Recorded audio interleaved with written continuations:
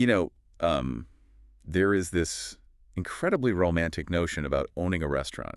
I think we've all had it at some point, right? You picture yourself walking through the dining room on a Friday night. Shaking hands with the regulars. Yeah. Exactly. Yeah. Maybe pouring a glass of wine at the bar. Mhm. The lighting is perfect. The kitchen is humming in the background. It's just, it's the ultimate hospitality dream. It is a beautiful dream. Yeah. And honestly, for many people, it is a beautiful reality. But today, we aren't talking about opening that door. We're talking about the moment you decide to close it. Right.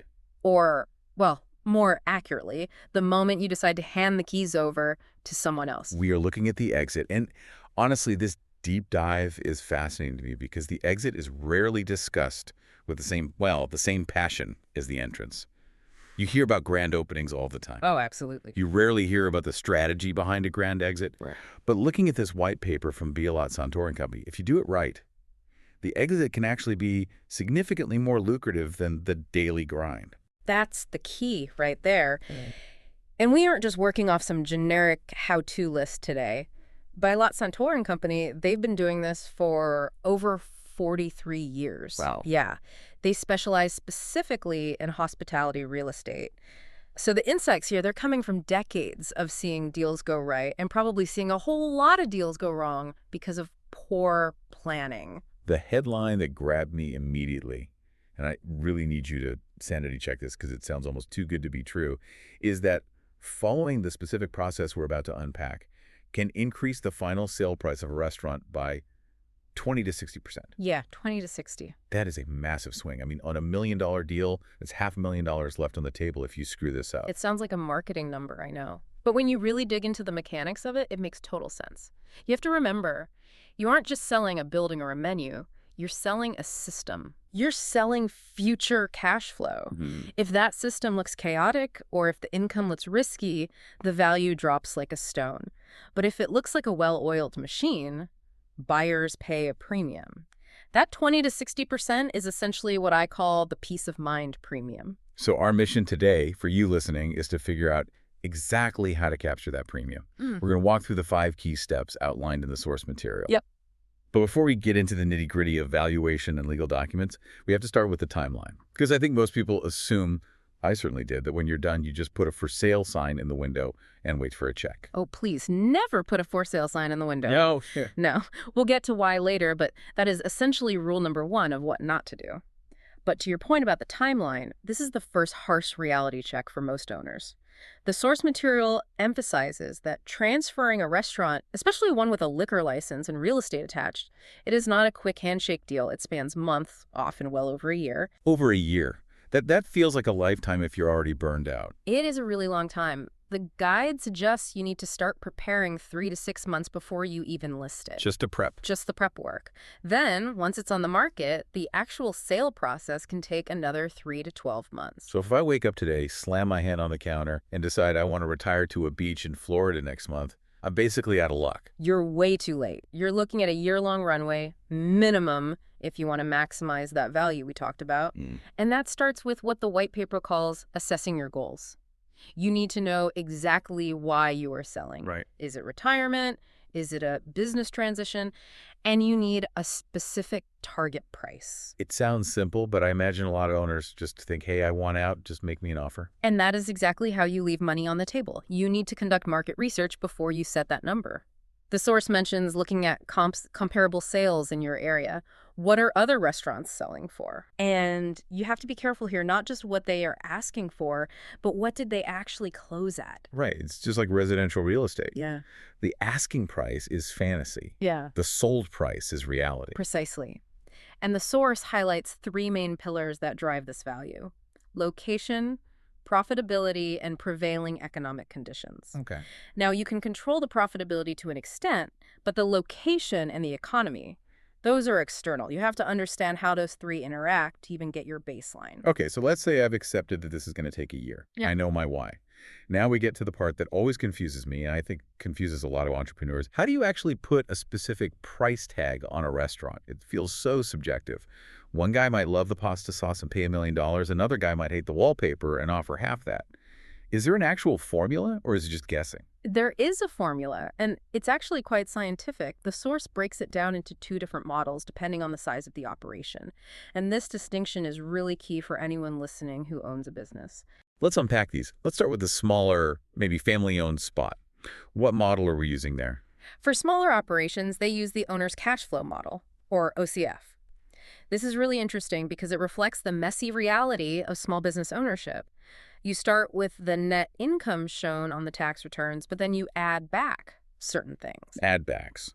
Okay, I've heard this term thrown around, and to be honest, it always sounds a bit like creative accounting to me. You're telling me a buyer is going to look at a tax return that says the business made 50 grand and believe the owner when they say, actually, I made 150. It does sound suspicious at first glance, doesn't it? But Yeah. it's standard practice in business brokerage. It's not about cooking the books, it's about normalizing them. Normalize how? Think about it. You own the place. You lease a nice Mercedes through the company. Maybe you go to a convention in Hawaii that was, let's be honest, 90% vacation. Yeah. You expensed all that to lower your tax bill. Right, because as a business owner, I want to pay the IRS as little as possible legally. Exactly. But a new owner might drive a Honda and hate Hawaii. Those expenses aren't necessary to run the restaurant. They are perks for the current owner. So we add them back to show the true cash-generating power of the engine, regardless of who is driving the car. So you're untangling the owner's lifestyle from the business's actual performance. That is the perfect way to put it. You take that adjusted number, the OCF, and multiply it by a factor. The source says typically between 2 to 5, depending on the market. That's a pretty big range, though, 2 to 5. I guess that depends on those pillars we talked about, location and condition. Right. A turnkey place in a hot district with brand new equipment gets a 5. A fixer-upper in a slow town gets a 2. Now, if we shift gears to larger enterprises, them big restaurant groups or high-volume venues, they use the EBITDA model. The classic business school acronym. Earnings before interest, taxes, depreciation, and amortization. Okay, I know what the letters stand for, but why do we use this one for big companies? Why strip all that stuff out? Because it removes the noise. Interest depends on your specific loan structure. Taxes depend on your specific jurisdiction and strategy. Depreciation is a non-cash expense. It's just paper loss. Makes sense. By stripping all that away, an institutional buyer can look at the raw operational profitability and compare it to other businesses perfectly. It's about comparing apples to apples. Now, there's a distinction the white paper makes that I think is critical, and maybe a bit of a trap for the uninitiated. We're talking about valuing the business, but often these deals include the building itself. Are those valued together in one big lump sum? Great question. No, they are distinct assets. The business valuation is one thing, the real estate appraisal is another, and the source is very specific here. Do not just hire a general residential appraiser. You need a commercial appraisal firm that specializes in the hospitality sector. I have to push back on this a little bit. A building is bricks and mortar. If I have a 3,000 square foot building, why does it matter if I sell tacos or tires inside it? Why do I need a hospitality-specific appraiser? It comes down to what we call highest and best use. If a general residential appraiser looks at your spot, they might just see the shell. They see walls, a roof, maybe some parking. They compare it to a warehouse or an office space. Right, they're just looking at square footage. Exactly. They might miss that you spent $200,000 on a grease trap system, or that the walk-in cooler is structural, or, and this is huge, that the zoning allows for late-night alcohol service. Oh, wow. A hospitality appraiser has a database of restaurant sales. They understand the value of the kitchen build-out and the traffic patterns specific to dining. If you use a generalist, you might get a low-ball appraisal that kills your financing. So you're not just appraising the dirt, you're appraising the capability of the dirt. Exactly. And speaking of the dirt, the source mentioned a tax strategy called a 1031 exchange. I know we want to avoid getting too bogged down in tax law, but this feels important for anyone selling property. Yeah, I've heard this term. It's the defer your taxes trick. Yeah, it is, but it's not a magic wand. It's a very strict relay race. Essentially, if you sell a business property and make a profit, the IRS wants their cut of the capital gains immediately.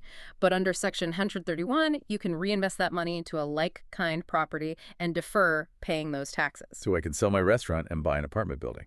Generally, yes. But here is the catch the white paper alludes to. The timeline is brutal.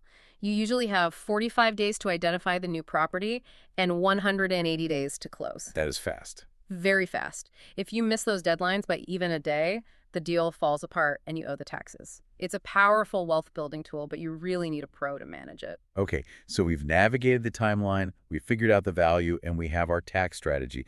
Now comes the part that sounds like an absolute nightmare to me. Step 3, organizing the documents. The paperwork mountain.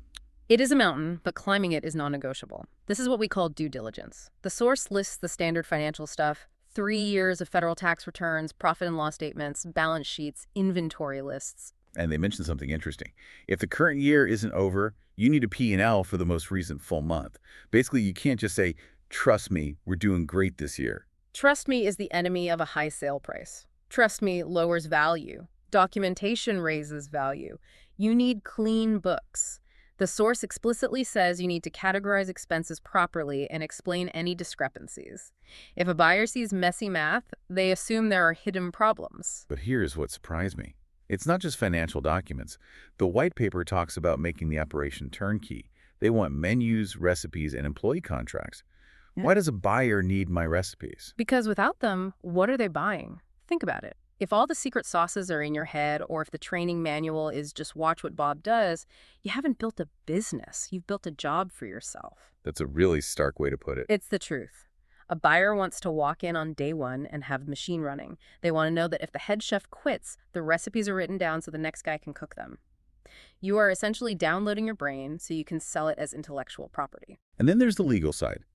The source stresses the validity of licenses, food service, health, and the big one, the liquor license. The liquor license is often the crown jewel. In many states, these are limited in number. It's a scarce asset. You need to prove it's valid, up to date, and most importantly, free of liens. Liens, that's a scary word. It should be. The source calls them out specifically.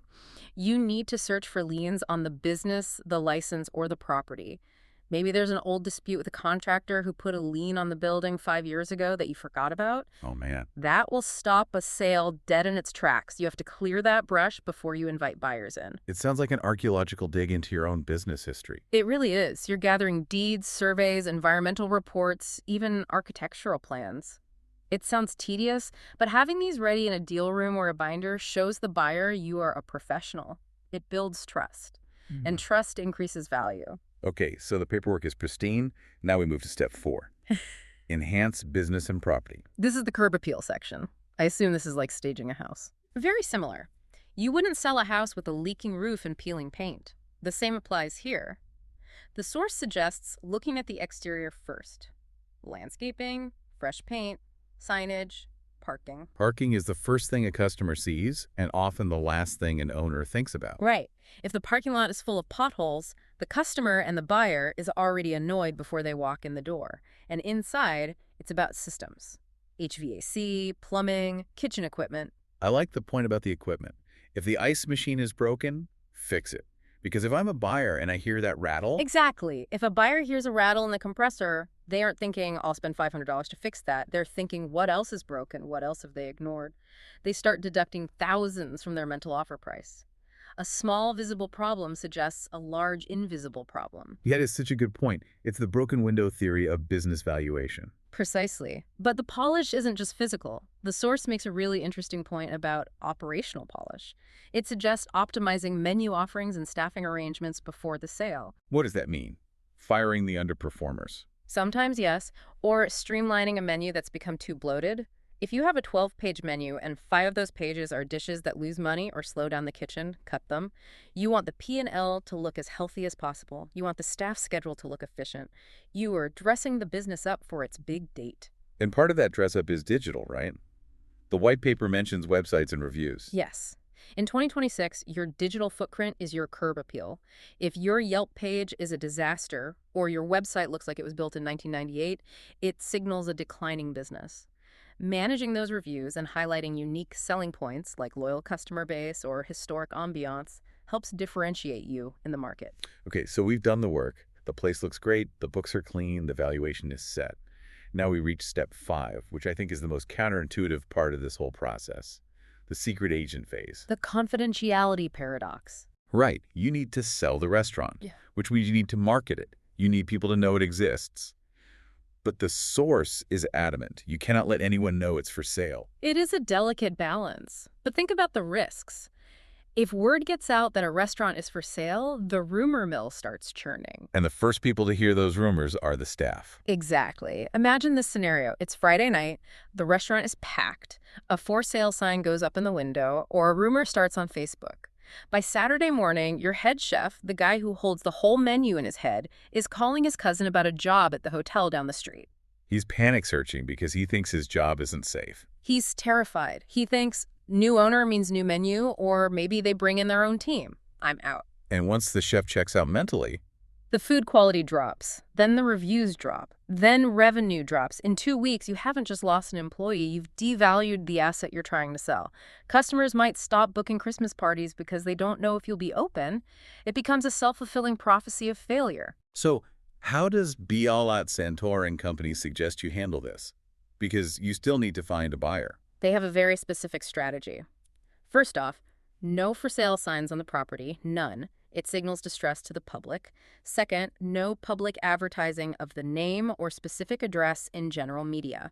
And third, they do not use traditional residential annuity, multiple listing services, or MLS. That's interesting, because if I'm selling a house, the MLS is the holy grail. You want everyone to see it. But a house doesn't have employees who will panic. Instead of mass broadcasting, they use a private client database.